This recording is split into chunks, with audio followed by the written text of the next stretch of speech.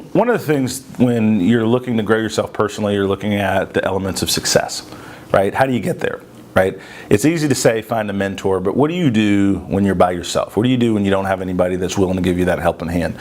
One of the things that has helped me be successful over the years is I became and am an avid reader. Right? And it's not typically just the books that are currently featured in Barnes & Noble's, right, in the business section, in the leadership section, in the management section. And so what I want to do today is just give you a couple of things that I think will, number one, make you smile, and number two, give you thoughtful insight how you can move personally and professionally forward like you'd like to.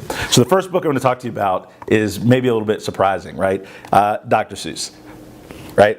And when you think about Green Eggs and Ham, how long ago was it that you read this book or you read it to your kids?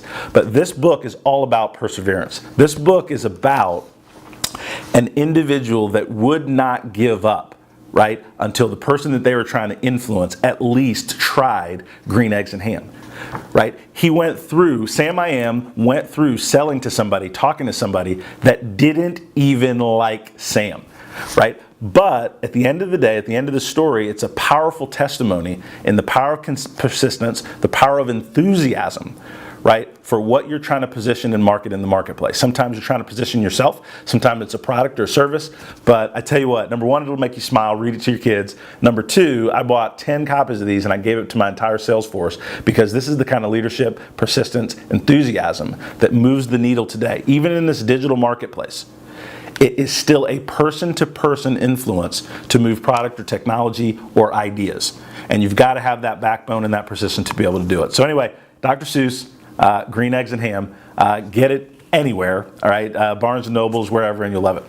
The next one that I'll talk to you about is very, very simple, right? It's a book that was first copyrighted in 1960, right? And it's Think and Grow Rich by Napoleon Hill.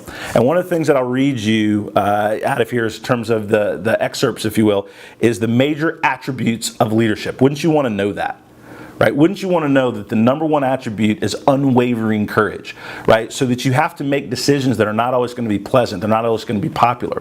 There is also in here a complete section on organized planning, right? Your definite major purpose. And what I found is by reading this book, I've probably read this book 10 different times in my business career.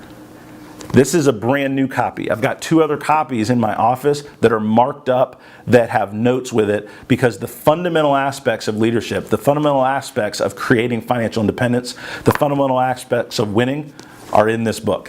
1960. There's a gazillion business books written between now and then, but this is one of my all-time favorites.